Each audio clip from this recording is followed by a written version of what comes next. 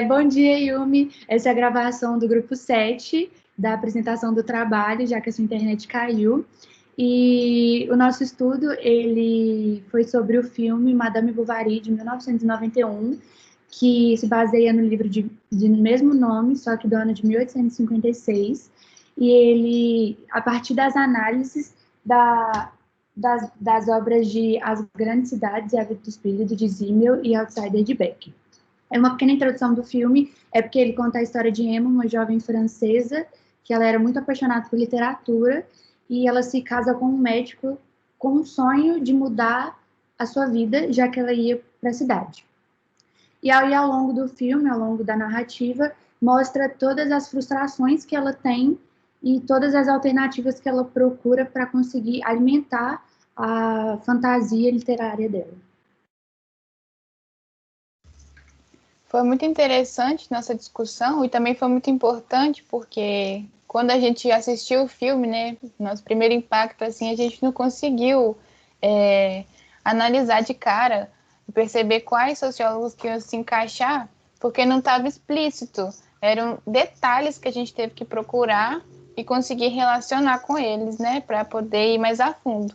E aí a gente percebeu que, por exemplo, no caso de Zimmel, algumas coisas a gente podia usar para explicar os comportamentos dela e outras eram totalmente contrário do que a tese que ele defendia, que, por exemplo, na questão da atitude blasé, que ele falava que era sobre a cidade, o movimento e tudo mais, e no caso dela, a atitude blasé era porque não tinha movimento, então ela se frustrava com isso, que a vida dela era muito pacata. E além a obra de Zimmel ela é bem completa sobre as cidades no final do século XIX, e além de tratar essa parte dos ânimos nas cidades, no campo e na cidade grande, é interessante ver como que o dinheiro, que é importante para Zimmel, fica claro no filme, mas de uma maneira secundária. O filme não trata em momento nenhum que isso não gera o enredo do filme, mas é causa para importantes acontecimentos, quando as dívidas acontecem, quando o jeito que a sociedade funciona é importante nos sentimentos dela, nas atitudes dela, então tá tudo ligado, o jeito que a sociedade da época funcionava nas atitudes dela, como que as coisas vão acontecendo, e é legal ver como que isso ia se relacionando, mesmo que de uma maneira indireta, como que uma dívida vai gerando os outros acontecimentos e o que vem antes da dívida. É bacana porque dá para ver bem os dois aspectos principais da obra de Zimmel no filme inteiro, tanto o sentimento blasé, as animosidades, a vida anímica, tanto a importância da economia monetária na sociedade. Deu para perceber bem? Algo que foi interessante, né, analisar na nossa chamada discussão foi importante, né, pensar ela e os atos dela, né, nos dias atuais, para poder concretizar a ideia do Becker, né, de que o desviante ele se torna desviante por cometer a infração naquelas regras impostas no momento. Então, o problema não é o ato em si, né, mas a maneira como ele é respondido. E o que fez ela suicidar foi justamente isso, né, o medo da reação da comunidade, a forma que seria respondido naquele momento. Enquanto que se ela vivesse hoje em dia, um exemplo, ela, em uma sociedade que incentiva cada vez mais o consumo e que, consequentemente, o endividamento é maior, ela seria só mais uma endividada no meio da multidão, né? O que teria um fim diferente na história dela. Ela provavelmente não teria cometido suicídio se tivesse passado tudo que passou nos dias atuais. E isso é bom para poder relacionar a teoria com a prática, né? Entre aspas, né? Com o filme, com os dias atuais. É isso, né? Foi importante fazer o trabalho. O filme não é... A gente não achou assim, incrível o filme, porque é difícil de engolir a história, porque ela é uma personagem muito complexa. Mas... Acho que o estilo do filme também é diferente do que a gente está acostumado daqueles filmes hollywoodianos, que é bem clichê, então é um filme maior, mais antigo, muito longo. E a geralmente o que não aborda, né? Que é a traição por Sim. parte da mulher. A gente espera geralmente esses filmes de época que seja o romance clichê, e a obra é justamente famosa por ser realista. Então, por ser um marco do realismo, mostra de forma completamente contrária, o quanto que ela não ficava satisfeita e ela queria É, sempre mais e e ela buscava sempre além. ela faz o que ela faz justamente por ser inspirada também em romances clichê, né? Já que É. muitos textos na internet falam que ela age daquele jeito por ter uma expectativa diante de alguns livros que ela lia na época de um romance totalmente fora da Sim. curva, assim, de que ela poderia viver.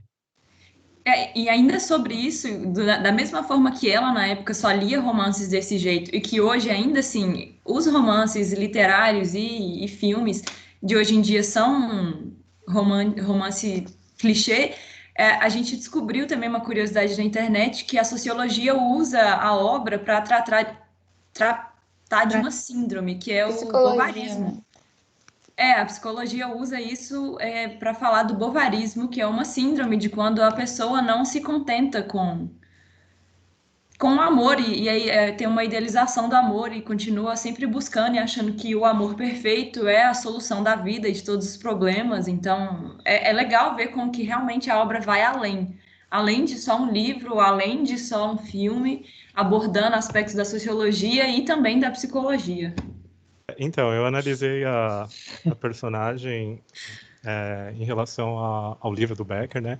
A primeiro momento foi bem difícil, assim, para mim, porque, como eu tinha dito, eu coloquei muito juízo de valor na personagem. Tive essa dificuldade também de não julgá-la, né? Depois, eu reassisti o filme e tentei olhar do ponto de vista da Emma.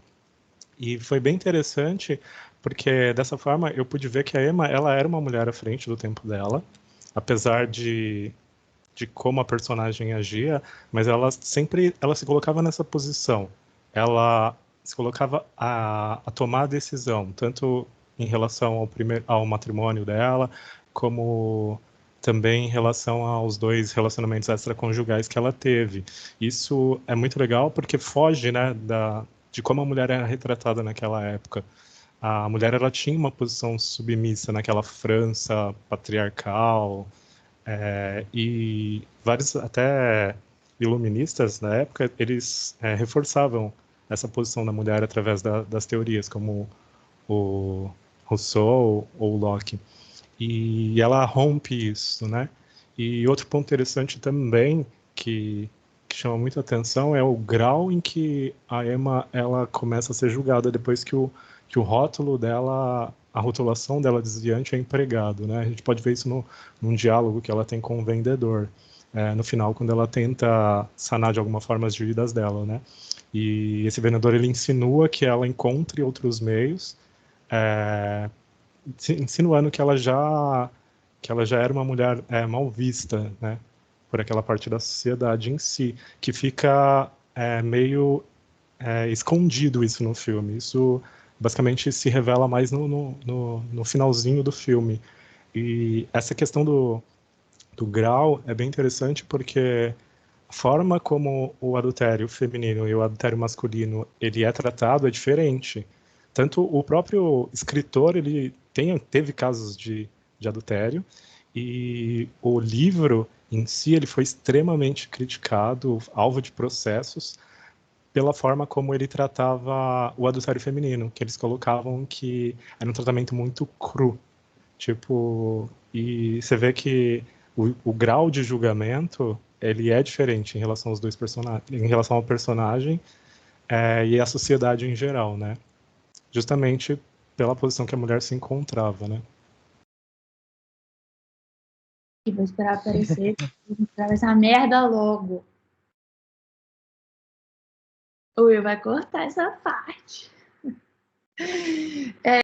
Ah, então tá. Desculpe, minha internet caiu aqui. Brincadeira, não caiu não. Eu fiquei nervoso. Pode parar? Show. Tá bom, né?